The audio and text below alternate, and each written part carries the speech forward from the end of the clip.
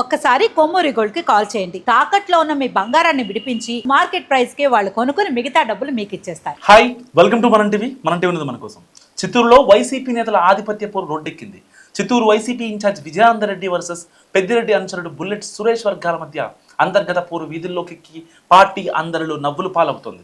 గత ఎన్నికల్లో చిత్తూరు వైసీపీ అభ్యర్థిగా పోటీ చేసి ఓడిపోయిన విజయానంద రెడ్డి థియోసాఫికల్ సొసైటీ భూములను కబ్జా చేశారని బుల్లెట్ సురేష్ ఆరోపిస్తే, బుల్లెట్ సురేష్ ఓ అమ్మాయిపై అత్యాచార యత్నం చేశారంటూ విజయానంద్ పోలీస్ స్టేషన్ మీద ధర్నా చేయించాడు. దీంతో దొందు అంటూ చిత్తూరు వాసులు వీళ్ళ ప్రజా జీవితంలోకి వద్దామనుకుంటున్న నాయకులను చర్చించుకుంటున్నారు. అసలు చిత్తూరు వైసీపీలో ఏం జరుగుతుంది? వైసీపీ వాయిస్ బలంగా వినిపిస్తున్న నేతలు అక్రమాలకు పాల్పడి విచారణలు ఎదుర్కొంటున్న వారు చిత్తూరు జిల్లాలోనే ఎక్కువగా ఉన్నారు. అయితే అంతర్గత విభేదాలు కూడా అక్కడే ఎక్కువగా ఉంటాయి. జిల్లాలో రోజా వర్సెస్ పెద్దిరెడ్డి వర్సెస్ నారాయణ స్వామి, పెద్దిరెడ్డి వర్సెస్ విజయానంద రెడ్డి, ఇలా ప్రతి నియోజకవర్గంలో పెద్దిరెడ్డి వర్గం ఆయన యాంటీ వర్గాల ఆధిపత్యం కోసం రాజకీయం చేస్తూనే ఉంటాయి.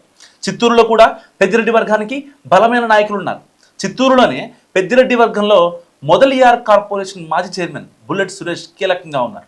గత ఎన్నికల్లో చిత్తూరు నుంచి వైసీపీ అభ్యర్థిగా విజయానంద రెడ్డి పోటీ చేశారు. ఆయనకు వ్యతిరేకంగా బుల్లెట్ సురేష్ పనిచేశారన్న ఆరోపణలు కూడా ఉన్నాయి. ఈ నేపథ్యంలో ఈ రెండు గ్రూపుల మధ్య గొడవలు పరిపాటిగా మారాయి.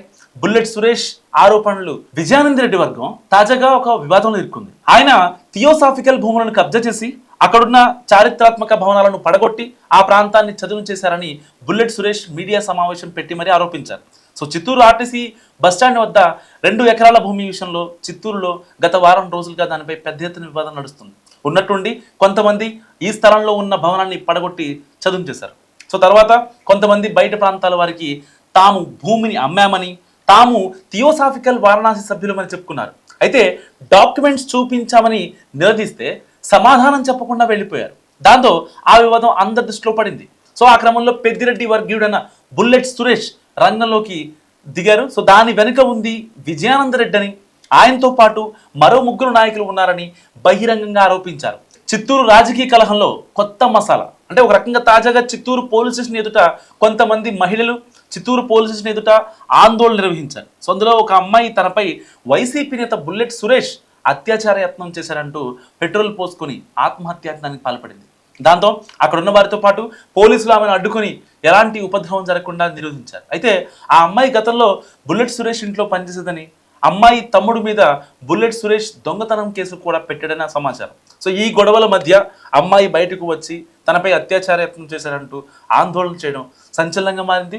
సో ఈ వ్యవహారం వెనుక విజయానంద రెడ్డి వర్గీయులు హస్తం ఉందని సురేష్ వర్గం ఆరోపిస్తుంది. మొత్తం వ్యవహారంలో ఇరు వర్గాల నాయకులు ఒకరిపై ఒకరు దుమ్మెత్తి పోసుకుంటూ బజార్ను పడి తమ పార్టీ పరువు కూడా తీస్తున్నారని వైసీపీ శ్రేణులు ఆవేదన వ్యక్తం చేస్తున్నాయి. ఏదేమైనా పెద్దిరెడ్డి వర్సెస్ విజయానంద రెడ్డి వర్గాల మధ్య చిత్తూరు వైసీపీలో జరుగుతున్న ఆధిపత్య పోరు మరోసారి బయటపడింది.